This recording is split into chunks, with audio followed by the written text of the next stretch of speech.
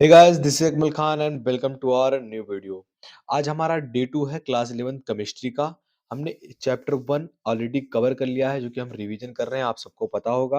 अगर आपने वो वीडियो नहीं देखा तो प्लीज चैनल पर जाकर वीडियो देख सकते हैं। मैंने अलग से एक प्लेलिस्ट बना दिया है class 11th chemistry full revision करके, उसमें आप देख सकते हैं। तो आज हमारा दूसरा दिन है। दूसरे चैप्टर का क्या नाम है आपके?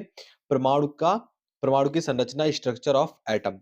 इसमें हम पढ़ने वाले हैं कि परमाणु क्या है, परमाणु के बारे में, ये कैसे बनी, कैसे इसे खोज किया गया। तो वही सारी चीजें हम पढ़ने वाले हैं। तो इससे पहले अगर आपने चैनल को सब्सक्राइब नहीं किया तो प्लीज चैनल को सब्सक्राइब कर दीजिए ऐसे वैल्यूएबल वीडियो के लिए।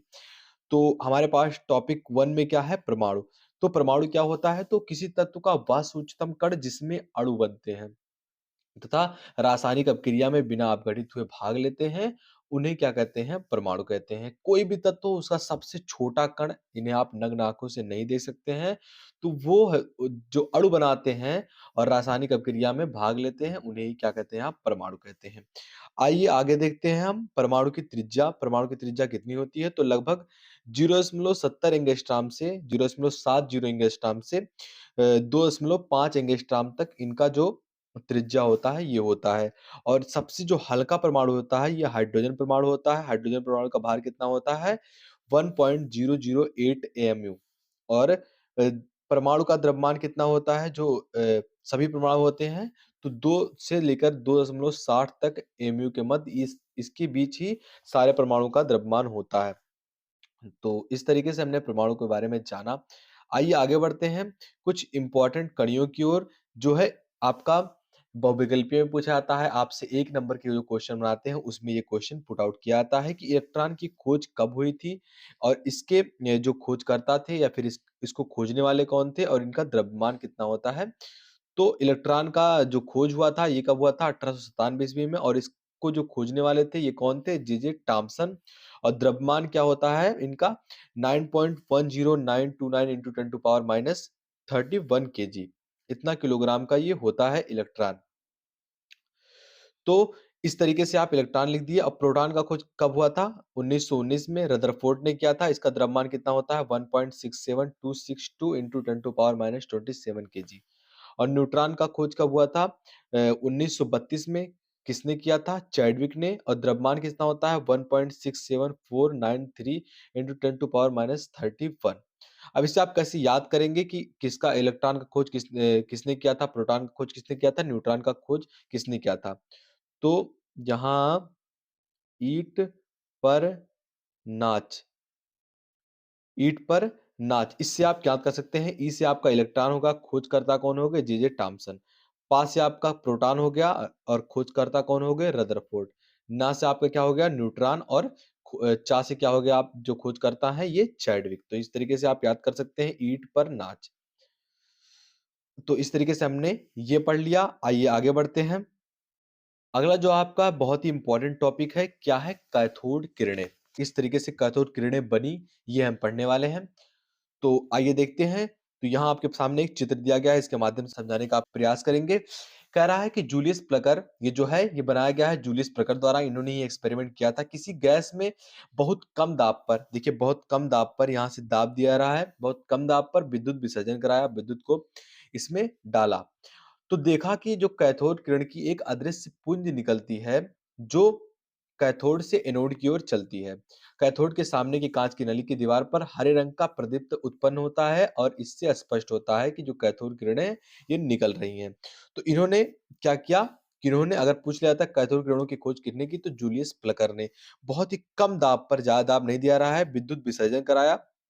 यहाँ इन्होंने इलेक्ट्रॉन के कण लिए और ये कैथोड किरणें ली। इन्होंने विसर्जन कराया तो देखा कि जब किरणें आगे जाकर सामने वाली दीवार पर लड़ रही हैं, तो यहाँ हरे रंग का एक प्लेट पर हरा रंग आ रहा है, हरे रंग का एक प्रदीप्त उत्पन्न हो रहा है, छोटे-छोटे हरे रंग के प्रकाश निकल रहे हैं। तो ये पूछ लिया था कौन से छोर से कौन से छोर तक चलती हैं, तो कैथोड से एनोड की ओर चलती हैं ये। तो इन्होंने देखा ये जो हरे-हरे रंग का जो प्रदीप्त उत्पन्न हो रहा है, इन्हीं को इन्होंने कैथोड किरणों का नाम दिया। इस तरीके से कैथोड किरणों का उत्पन्न हुआ, कैथोड किरणें उत्पन्न हुई। आई होप आपको समझ में आ गया होगा।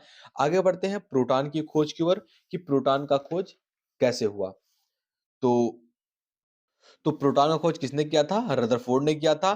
तो रदरफोर्ड ने कैसे किया था? आइए देखते हैं। रदरफोर्ड ने 1919 ईस्वी में नाइट्रोजन परमाणु पर अल्फा कणों के प्रभाव से एक बमबारी कराया। तो देखा उन्होंने कि नाइट्रोजन गैस के उग्र में अल्फा कण प्रवाहित करके देखा, तो नाइट्रोजन परमाणु ऑक्सीजन परमाणु में बदल जाते हैं। देखा इन्होंने कि जो ऑक्सीजन परमाणु होते हैं, ये नाइट्रोजन जो होता है, ये ऑक्सीजन परमाणु में बदल जाता है और क्या निकलता है आपका? प्रोटॉन। तो इस तरीके से प्रोटॉन की खोज हुई। आगे बढ़ते हैं, द्रव्यमान संख्या। तो द्रव्यमान संख्या क्या होता है? तो किसी परमाणु के नाभिक में उपस्थित प्रोटॉनों और न्यूट्रॉनों की संख्या के योग को द्रव्यमान संख्या कहते हैं। इसे ए से प्रदर्शित करते हैं। प्रोटॉन की संख्या को आपने जोड़ दिया, न्यूट्रॉनों की संख्या को जोड़ दिया, तो द्रव्यमान संख्या निकल के आ गया। आगे बढ़ते हैं बहुत ही इंपॉर्टेंट टॉपिक की ओर, जो कि आपका समस्थानिक। तो समान परमाणु क्रमांक तथा भिन्न द्रव्यमान संख्याओं के परमाणुओं को समस्थानिक कहते हैं। हाइड्रोजन के यहाँ दिया गया इसे आपका कि प्रोटियम 1H1 और ड्यूटेरियम 1H2 और ट्राइटियम 1H3, ये तीनों का जो परमाणु क्रमांक है ये सेम है, एक एक है, लेकिन द्रव्यमान संख्याएं भिन्न भिन्न है। तो ऐसे परमाणुओं को समस्थानिक कहते हैं। आगे बढ़ते हैं, संभारिक। संभारिक क्या होते हैं? तो समान द्रव्यमान संख्या परंतु भिन्न भिन्न परमाणु क्रमांक वाले संख्याओं को क्या कहते हैं? संभारिक कहते हैं। जैसे आपका आर्गन, आर्गन 40 इसका परमाणु क्रमांक है, परमाणु भार है, और पोटेशियम का भी परमाणु भार 40 है, और कैल्शियम का भी परमाणु भार 40 है, लेकिन इनकी द्रव्यमान संख्या 18, 19 और 20 अलग अलग है। तो ऐसे परमाणुओं को क्या कहते हैं? समभारिक। जिनका भार समान हो और जो परमाणु क्रमांक है ये भिन्न भिन्न हो, तो उन्हें समभारिक कहते हैं। आइए आगे बढ़ते हैं। थॉमसन का परमाणु मॉडल, जो कि प्रथम परमाणु मॉडल था, तो ये कैसे बना?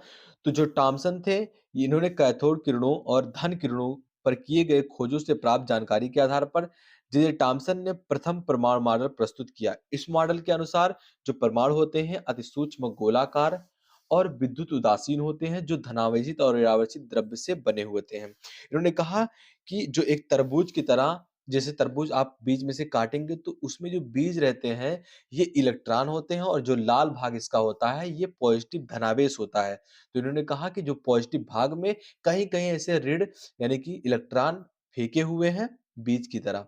तो इन्होंने ही इनके मॉडल को ही आगे करके तरबूज मॉडल का नाम दिया गया। तो इस तरीके से थॉमसन ने अपना परमाणु मॉडल दिया।